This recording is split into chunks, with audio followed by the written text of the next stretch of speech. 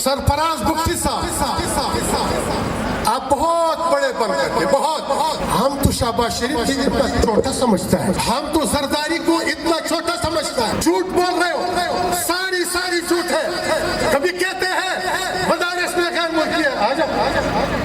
किस मदरसे में? हम आइन की पाबंद हैं, हम कानून की पाबंद हैं, हम किसी बदमाश के बदमाशी के पाबंद नहीं है। रियासत इस वक्त जो जिना को अड्डू को खत्म नहीं कर सकता है, रियासत इस वक्त जो शराब को अड्डू को खत्म नहीं कर सकता है। काल अल्लाह काल रसूल इतना अलावायस है। दुनिया सारी इकट्ठे हो जाए, हम अल्लाह की बड़ाई को बयान करेंगे, अल्लाह की दीन को बयान करेंगे, इस मदारिस को हम हिफाजत करेंगे। लड़ाई किस चीज पे है? कोई लड़ाई नहीं है, किसी मदरसे से खदशा नहीं है, किसी मदरसे में दहशतगर्द नहीं है। मदारिस हमारी सिल हो रही है, शयूख हमारी शहीद हो रही है। ये किस तरह मदारिस है? ये किस तरह दहशतगर्द हम हैं और शहीद भी हम हो रहे हैं? हमारे उलमा शहीद हो रहे हैं।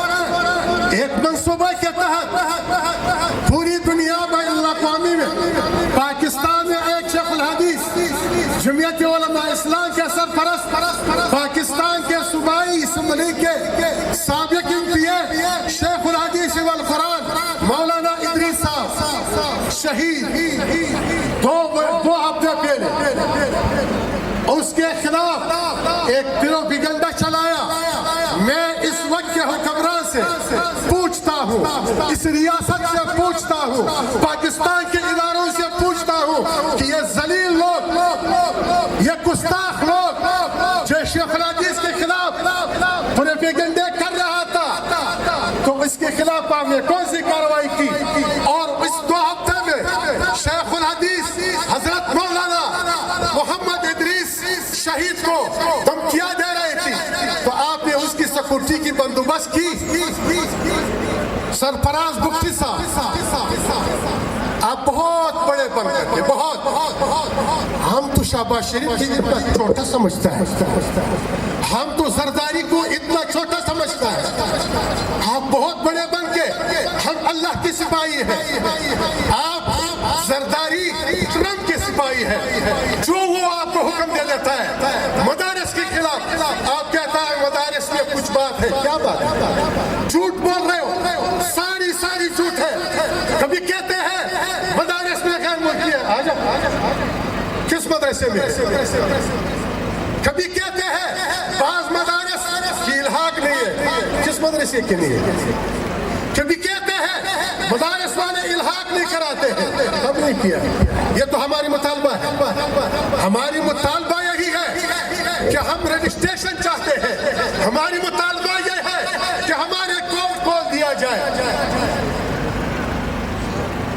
मदारिस की एक तारीख है, मदारिस के एक किरदार है, हम उसको मुख्तसरन बताते हैं। मदरसे के उस्ताद रसूलुल्लाह, इकामती मदरसा सुप्पा, फिर यही मदरसा चलते आ रहे देवबंद तक, फिर अभी पाकिस्तान बलोचिस्तान तक। इसमें बहुत शहादतें हुआ है।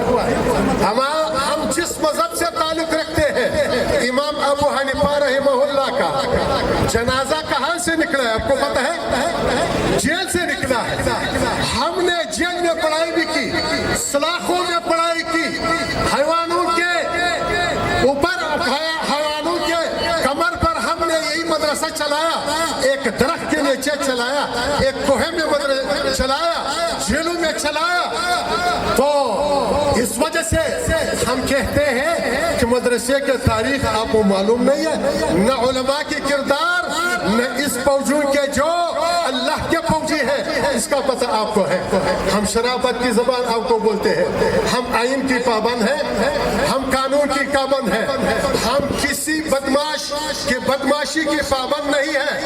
आप इस वक्त बदमाशी पे उतरा है, आप गैर कानूनी गैर आइनी जो तकाजा हमसे कर रहे हैं, अमेरिका के कहने पे, अंग्रेज के कहने पे, ये तो 200 साल पहले लड़ाई था।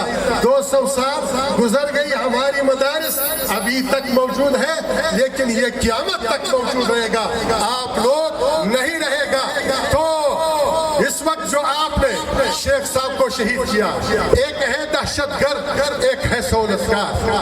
دہشت گرد وہ ہے، اس ریاست کو سہولتکار نہیں کہا جاتا ہے۔ یہ ذمہ داری کس کی ہے؟ ریاست کی نہیں ہے۔